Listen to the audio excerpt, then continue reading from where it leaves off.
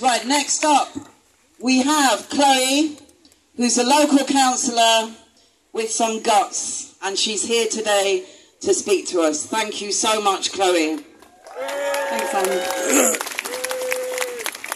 Hi everyone, I'm Chloe Tomlinson. I'm a Labour councillor in Southwark. I'm going to start today by reading an account from Gaza by Ahmed Almadoun about his friend Mohammed. Mohammed meant more to me than words can express. When he used to meet his daughter Sham, we'd bring us juice and we'd accompany her to buy snacks for school. We'd talk about her intelligence and how much she looks like him. He saw a reflection of himself in her. Sadly, Sham, her sister-in-law, their father, mother, grandparents, uncles and her uncle's wife were all killed in an Israeli airstrike. Mohammed was a leader in Gaza's civil society. He advised various international and local institutions. He used to tell me, I visited 30 countries in Europe and elsewhere, but there's nothing better and more beautiful than Gaza. Behind every number, behind every statistic is a name, a face, a sense of belonging, a story just like Mohammed's and his daughter Sham's. How many more fathers and daughters, uncles and aunts, how many more Palestinians must be brutally murdered before our political leaders will call for this to stop? 67% of the British public support a ceasefire. This week in Parliament, fewer than a third of our MPs voted for one. That's 125 voting in favour and 516 who either abstained or voted against. Shame on them. Shame on every single one of them. For giving the green light to Israeli war crimes, for giving political cover to genocide, and for turning their backs on the Palestinians even while their children are slaughtered and their hospitals are bombed. Shame on them. They have blood on their hands and we will never let them forget it. But while our politicians may be turning a blind eye to Palestinian suffering, people across the world are watching what's happening in Gaza and in the West Bank, and they are waking up. We will never forget the horrors we have seen on our phone screens. We will never forget stories like Mohammed's and Sham's. And we won't forget either how our political leaders, from Joe Biden to Rishi Sunak, have failed to act. We're waking up and we will not stay silent. And while yesterday's vote shows we have a long way to go, it also shows our pressure is working. 56 MPs from my party, the Labour Party, rebelled. They broke the whip to vote for a ceasefire, with many losing shadow cabinet positions because of it. You gave them the courage to do that. It was you and people like you, up and down the country, who flooded their inboxes, who collectively raised your voices so loud they couldn't pretend not to hear. It was you and people like you who helped those MPs find their backbones, and we will help the others find them too. Because this is only the beginning. We will continue to speak up until our government stops enabling genocide, stops supporting war crimes, and stops arming Israel.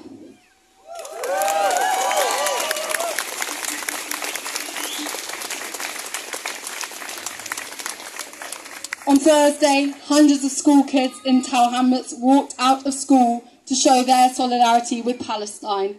Last Friday, 400 trade unionists got up at 4 a.m. to blockade an arms factory in Kent. Last Saturday, 800,000 of us marched on the US Embassy to call for a free Palestine, and look how many of us are out here in the rain today. And it's actions like these happening all over the world, from Malaysia to Mexico, from the US to Iraq, that give me hope. Because while the horrors unfolding in Palestine are devastating, even while it feels all hope is lost, the movement we are building is beautiful, and we will continue to protest, to build and to march for a ceasefire, for an end to occupation, for an end to apartheid, and for a free Palestine in our lifetimes. Free, free! Palestine! Free, free! Palestine! Free, free! Palestine! Thanks everyone for coming. Thanks so much, Chloe. Fantastic speech. It's good to see one of our locally elected representatives speaking for us instead of their party leader. Okay, next up we have Dave Gay, who is from Southwark Trades Council. I'm going to hold the mic for him. Thank you, son. Sorry. Right, it's a statement on behalf of the Trades Council. Southwark Trades Council stands in complete solidarity with the Palestinian people in the face of the murderous onslaught on Gaza mounted by the Israeli state. We have supported all the protests so far and will continue to support protests against Israel's action.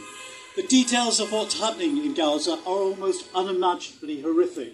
Over 12,000 Palestinians have been killed, 5,000 of them children, 28,000 have been wounded. The bombardment of Gaza has been constant and relentless. Hospitals, residential buildings, schools, refugee camps have all been bombed. Israel's blockade of Gaza has meant that there's a desperate shortage of the essentials needed to sustain life. Food, shelter, clean water, medicines, fuel, electricity. As thousands have been forced to flee south to escape the bombardment, it's clear that Israel's key objective is to ethnically cleanse Palestinians from the north of Gaza and almost certainly from the whole of Gaza. Israel's collective punishment of the Palestinians and genocidal actions are war crimes. They are war crimes that are supported by the major Western powers, the US, UK and the EU. We condemn the Tory government's support for Israel's attack on Gaza. We also condemn Labour Party's endorsement. Sorry, I've just lost my notes. Sorry. We also condemn the endorsement by Starmer and the Labour Party leadership. They are complicit in Israel's war crimes just as much as the Tories. The complicity applies to local MPs like Helen Hayes and Harriet Harman, who failed to vote for a ceasefire on Wednesday. And in fact, it applies to the majority of Labour MPs. Whilst 56 of them rebelled against the Labour whip, the majority put their squalid interest in their parliamentary careers in advance of solidarity with the Palestinians. It's worth remembering when one thinks about the moral squalor of what most Labour MPs did on Tuesday, it's worth remembering that 20 years ago, under a Labour government, Afghanistan and Iraq were invaded with hundreds of thousands of people losing their lives. The current assault on Gaza is the latest expression of the violence that is the core of the Israeli state. The Palestinians as a whole have been subject to decades of violent occupation, repression and dispossession. Dispossession that stretches back 75 years to the Nakba itself, when 750,000 Palestinians were ethnically cleansed from their homes. The position of the Trades Council is clear. We call for an immediate ceasefire, the lifting of all blockades, the return of all stolen and occupied land to the Palestinians, and the dismantling of all the apparatus of apartheid. We fully support the boycott, divestment and sanctions campaign aimed at securing justice for the Palestinians. So the Trades Council salutes the hundreds of thousands of people worldwide who have taken to the streets to protest against the actions of the Israeli state and the complicity of their governments in these actions. We salute the university students and school students who have walked out of their classes in protest against Israel's aggression. In the midst of great horror, these protests are a beacon of humanity and hope. The Trades Council believes that the labour movement, the organised working class, has a crucial role to play in building a movement against Israel's assault on Gaza. We are inspired by the decision of the Belgian ground crew unions to call on their members not to service flights carrying military materials to Israel. This is precisely the kind... that's also been shown in terms of dock workers in South Africa, the US, Tunisia and Italy, who are also refusing to handle military cargo bound for Israel. This is precisely the kind of concrete solidarity that a coalition of Palestinian trade unions has called upon trade unions across the world to provide. We want to see trade unionists in Britain take a similar action against companies that make or deliver arms to Israel. We salute those courageous activists in Workers for a Free Palestine who 2 weeks ago mounted a 400-strong blockade of an arms factory in Kent. We declare complete support for groups such as Palestine Action that are taking direct action against firms such as Elbit who are engaged in the arms trade with Israel.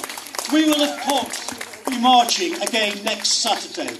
We are internationalists, wholly committed to the Palestinian liberation, the struggle to ensure that Palestine will really, one day, finally be free. Thank you.